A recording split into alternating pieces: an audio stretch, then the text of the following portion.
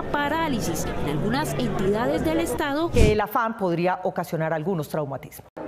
Economistas, politólogos y laboristas consideran necesaria la medida del gobierno de cambiar por contratos permanentes las órdenes de prestación de servicios, pero aún en el gobierno creen que el afán podría ocasionar algunos traumatismos.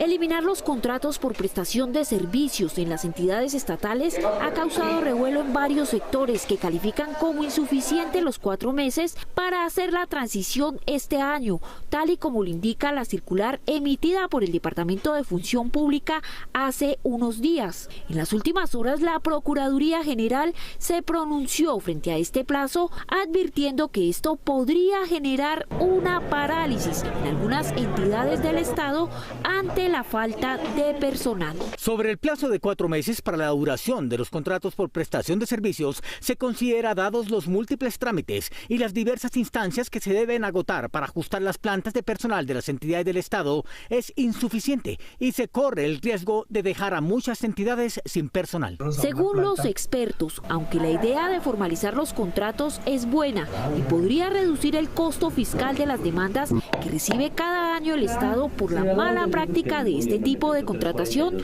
habrá muchos contratistas que quedarán sin empleo por las limitaciones presupuestales de las entidades públicas. Dentro de 4 meses, muchas personas que el gobierno necesita, lo más probable es que vayan a quedar desempleadas, y no estoy seguro de que vayan a ser reenganchadas con contratos laborales fácilmente. El pasado 2 de enero, el Ministerio de Trabajo expresó su preocupación sobre la implementación de esta medida en tiempo récord, pues la misma ministra de Trabajo, Gloria Inés Ramírez, sostuvo en diciembre pasado que este proceso de transición sería organizado de acuerdo al análisis de cada entidad. Será en transición. Esperamos que al 2026 toda esta estado de cosas que casi no pudiese llamar inconstitucional en materia de contratación, podamos de verdad haberla disminuido, si no al 100%, por lo menos a un 80%.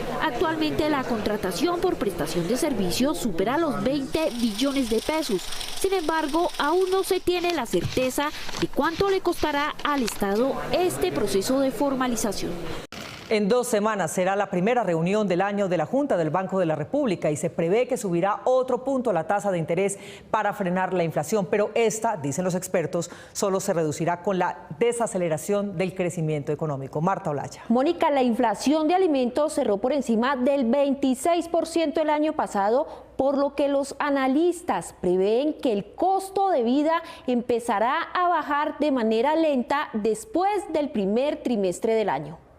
Este año la inflación seguirá siendo el dolor de cabeza del gobierno Petro y de los hogares colombianos, que tendrán que seguir enfrentando altos costos, especialmente en los alimentos, que cerraron el 2022 con un incremento del 27.8% según el DANE. Y aunque se espera que el costo de vida, que cerró en 13.12%, empiece a bajar en el primer semestre de este 2023, los analistas consideran que este descenso será lento. La bajada de la inflación en Colombia va a ser bastante lenta, solamente desde un punto de vista de desaceleración económica se va a poder ver una bajada de la inflación. Los expertos también advierten que se necesitará un plan de choque del gobierno para ponerle freno a la inflación, ya que no basta solo con el alza de las tasas de interés por parte del Banco de la República. Tendremos que ver a un gobierno ejecutando políticas de producción en el campo agropecuario e industrial para que la inflación se reduzca con medidas monetarias y con intervención adecuada del Estado en la economía. Pero, ¿cuáles son los factores que seguirán impulsando al alza el costo de vida este año? El aumento de los salarios en el mercado lo que hace es aumentar los costos de producción y eso hará que los empresarios tengan que subir precios. Segundo, el aumento de los servicios que aún no han subido de precio, como los arriendos, la salud y la educación, y tienen un peso muy importante dentro de la canasta de los hogares. Y tercero, el impacto que tiene la devaluación en el mercado colombiano. Los analistas estiman que con el bajo crecimiento que tendrá este año la economía colombiana, la inflación podría cerrar este 2023 por debajo del 9%. Dentro de 2 años y medio, la jornada laboral de Colombia será de 42 horas a la semana, 6 menos que las actuales 48, pero el cambio será paulatino y en julio próximo se dará la primera reducción de 1 hora.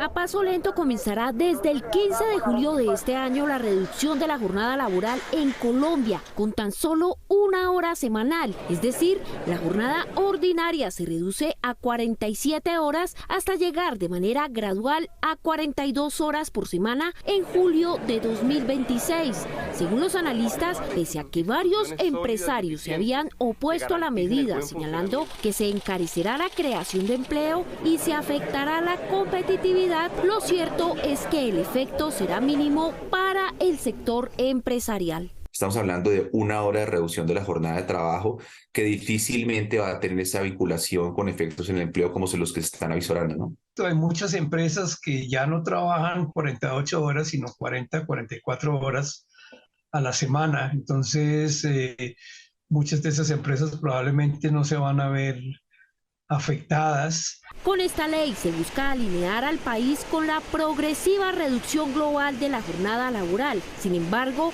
hay quienes creen lo contrario. Que al reducirse el número de horas que hasta hoy históricamente han sido 48 y reglamentariamente tienda a llegar a 42, los empresarios deben necesariamente tomar medidas, hacerse más productivos.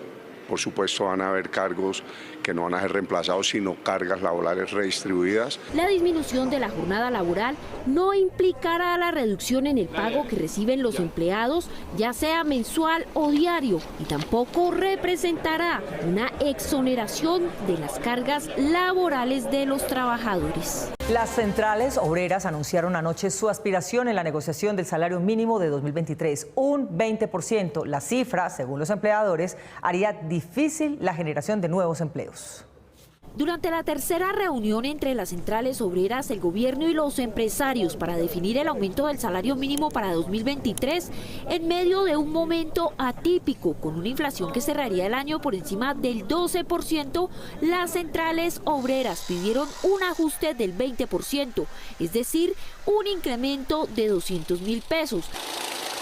Así las cosas, el salario actual pasaría de 1 millón de pesos a 1.200.000 pesos sin subsidio de transporte. El auxilio de transporte, por su parte, pasaría de 117.172 pesos a 140.606 pesos.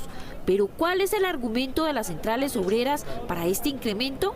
Para los sectores vulnerables, noviembre la inflación va en cerca del 14%, más 1,24 de productividad, estamos hablando del 15%. Y el 5% adicional es para recuperar el poder adquisitivo que se ha perdido en el transcurso del año. Para los analistas y gremios, un aumento superior al 15% podría traer consecuencias económicas, ya que se encarecen los costos para las empresas a puertas de una recesión económica donde el crecimiento y las ganancias serán bajas. Si tenemos una negociación que lleva a un incremento relativamente alto del salario mínimo, quizás eso agregue las razones para pensar que en 2023 va a ser muy difícil continuar con esta senda decreciente que hemos visto en los últimos meses. El próximo lunes habrá una nueva reunión para definir el aumento del salario mínimo, cuyo ajuste sería el más alto en 23 años, ya que este superaría el 13%. Se espera que el próximo 15 de diciembre se conozca de cuánto será este incremento, ya que pese a las diferencias entre empresarios y trabajadores, hay buen ambiente para llegar a un consenso.